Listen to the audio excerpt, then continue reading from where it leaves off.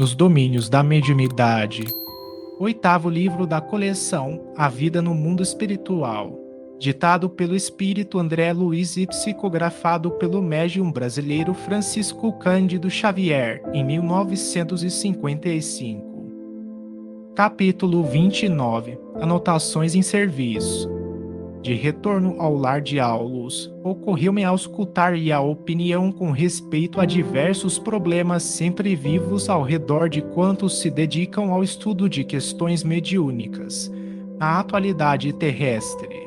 Em companhia do orientador, havíamos tocado de relance, mas seguramente palpitante material que nos facultara excelente curso educativo. Examináramos de perto, entre encarnados e desencarnados, a assimilação de correntes mentais, a psicofonia, a possessão, o desdobramento, a clarividência, a clareaudiência, as forças curativas, a telepatia, a psicometria e a materialização, além de alguns dos temas de importância central da mediunidade, como sejam o poder da prece, a fixação mental, a imersão do subconsciente, a licantropia, a obsessão, a fascinação, a lei de causa e efeito, o desdobramento no leito de morte e as energias viciadas. Tudo isso sem necessidade de recurso a complicações terminológicas. Não obstante nosso respeito à ciência humana, indagávamos intimamente por que motivo tanto embaraço verbalístico em sucessos comuns a todos, quando a simplificação seria bem mais interessante. Os metapsiquistas chamavam criptestesia a sensibilidade oculta, crítica, e batizaram conhecimento de fato sem o concurso dos sentidos carnais com a palavra metagnomia. Dividiam os médiuns sujeitos na terminologia de alguns investigadores em duas categorias, os de faculdades psicológicas inabituais e os de faculdades mecânico-físico-químicas. E por aí afora, por que não aplanar tais dificuldades de expressão? Afinal, refletia eu, a mediunidade na essência, consulta o interesse da humanidade inteira.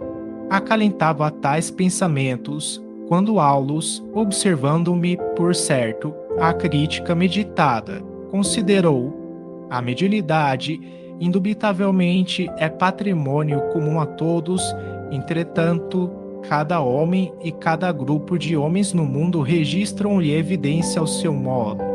De nossa parte, é possível abordá-la com a simplicidade evangélica, baseados nos ensinamentos claros do Mestre, que esteve em contato incessante com as potências invisíveis ao homem vulgar, curando obsidiados, levantando enfermos, conversando com os grandes instrutores materializados no Tabor, ouvindo os mensageiros celestiais em Getsêmani e voltando ele próprio a comunicar-se com os discípulos, depois da morte na cruz. Entretanto, a ciência terrestre, por agora, não pode analisá-la sem o rigor da experimentação.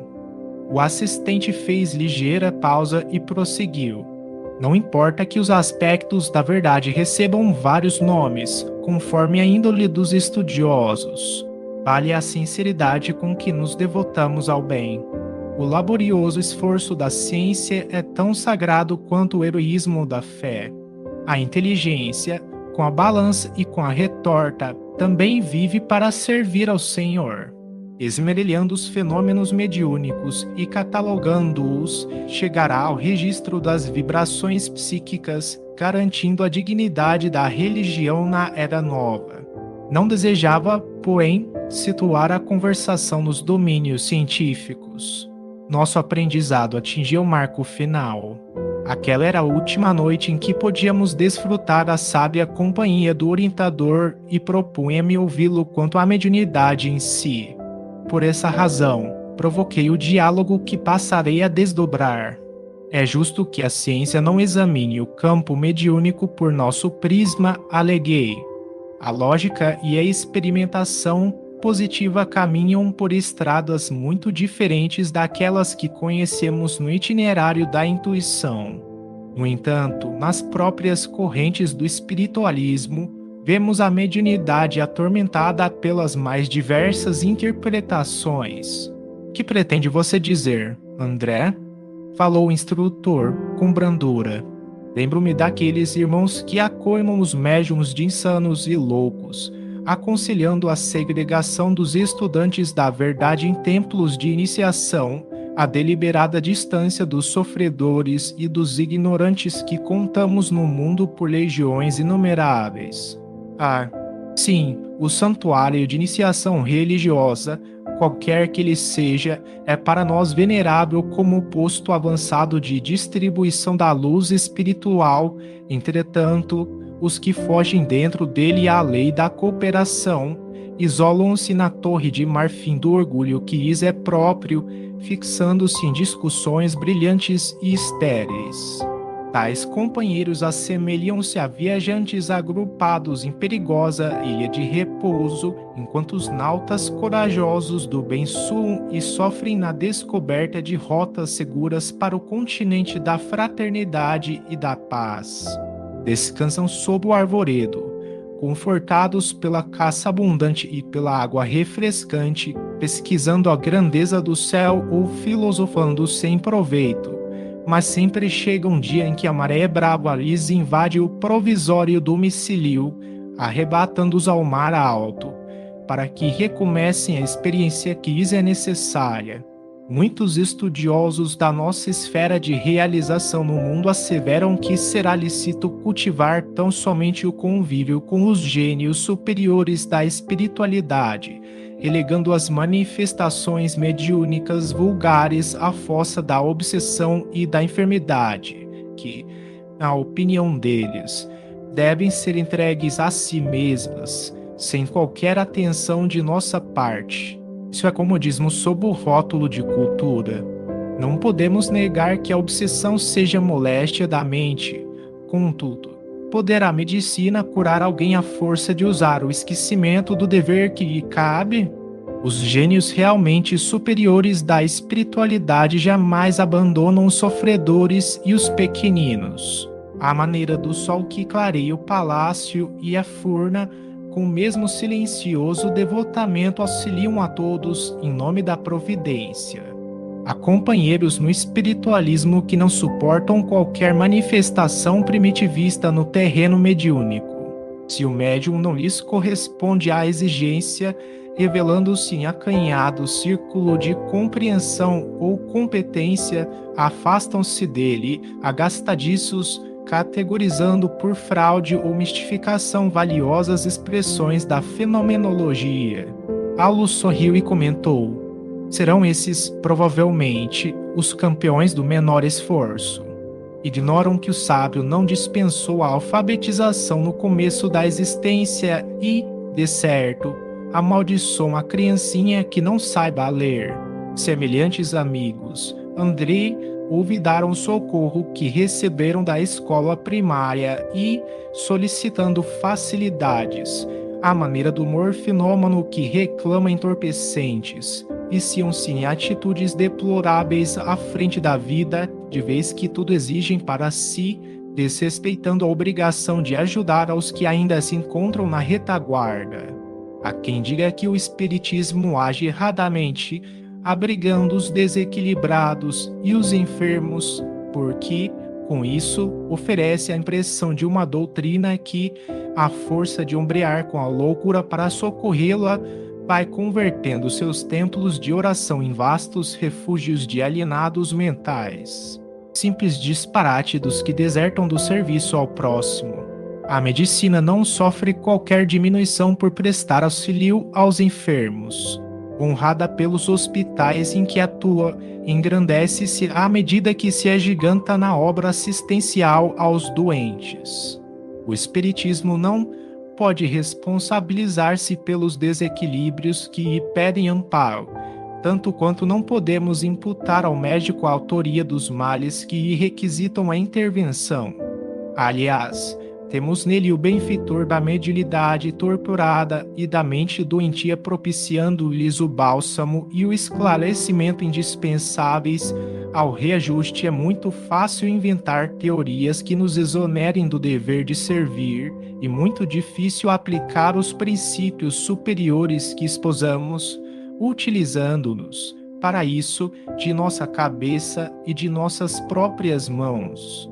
Se a recuperação do mundo e de nós mesmos estivesse circunscrita a lindas palavras, o Cristo, que nos constitui o padrão de todos os dias, não precisaria ter vindo ao encontro dos necessitados da terra. Bastaria que enviasse proclamações angélicas à humanidade, sem padecer ir de perto a incompreensão e os problemas. Felizmente, porém, os espiritualistas conscientes e sensatos estão aprendendo que o nosso escopo é reviver o Evangelho em suas bases simples e puras e que o Senhor não nos concede o tesouro da fé apenas para que possamos crer e falar, mas também para que estejamos habilitados a estender o bem, começando de nós mesmos. Há igualmente quem afirme que em todos os processos da obsessão funciona, implacável, a lei de causa e efeito, e que, por isso, não vale interferir em favor da mediunidade atormentada. Mera argumentação do egoísmo bem nutrido. Isso seria o mesmo que abandonar os doentes sob o pretexto de que são devedores perante a lei. Todos lutamos por ressarcir compromissos do pretérito, compreendendo que não há dor sem justificação, e se sabemos que só o amor puro e o serviço incessante são capazes de garantir-nos a redenção uns à frente dos outros, como desprezar o companheiro que sofre, em nome de princípios a cujo funcionamento estamos submetidos por nossa vez. Hoje é o vizinho que amarga as consequências de certas ações efetuadas à distância. Amanhã seremos nós a colher os resultados de gestos que nos desabonavam o passado e que agora nos afligem o presente. Se falece a cooperação entre as vítimas do espinheiro, de certo será muito mais longa e difícil para cada uma tarefa salvadora. Não faltam igualmente os que supõem não devamos atender a qualquer problema de mediunidade complexa, porque, dizem eles, cada criatura deve procurar a verdade por si. Admitem que as religiões não passam de muletas e que a ninguém assiste à faculdade de socorrer-se de instrutores em assuntos da própria orientação. Aulus esboçou um gesto de bom humor e redarguiu: isso seria suprimir a escola e vilipendiar o amor imanente na criação inteira. A religião digna, qualquer que seja o templo em que se expresse, é um santuário de educação da alma em seu gradativo desenvolvimento para a imortalidade. Imaginemos um país imenso em que milhões de crianças fossem relegadas ao abandono pelos pais e mestres, sob a alegação de que lhes cabe o dever de procurar a virtude e a sabedoria por si, furtando-se toda espécie de apoio moral e cultural.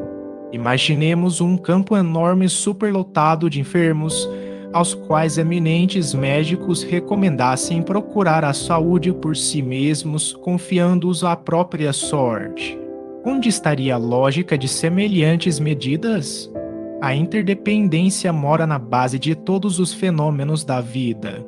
O forte é tutor do fraco. O sábio responsabilizar-se-á pelo ignorante. A criancinha na terra não prescinde do concurso dos pais. O instrutor fez ligeiro intervalo e prosseguiu. É preciso considerar que nem todos possuem idêntica idade espiritual e que a humanidade terrestre, em sua feição de conjunto, ainda se encontra tão longe da angelitude quanto a agressiva animalidade ainda está distante da razão perfeitamente humana. É muito cedo para que o homem se arrogue o direito de apelar para a verdade total.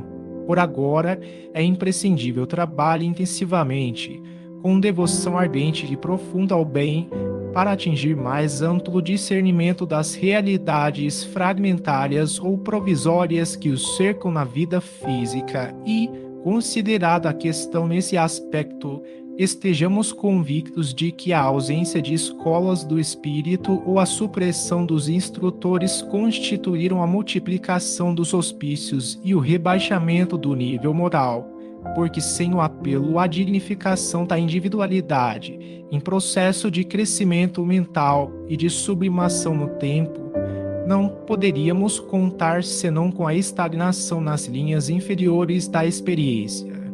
Havíamos, contudo, atingido o fim da viagem. O lar santuário em que o assistente residia levantava-se, agora, ao nosso olhar. Trabalhemos com bom ânimo, disse-nos ainda o orientador, o tempo conjugado com o serviço no bem é o alicerce de nossa vitória. No dia imediato, Aulus deveria partir no rumo de elevada missão à distância.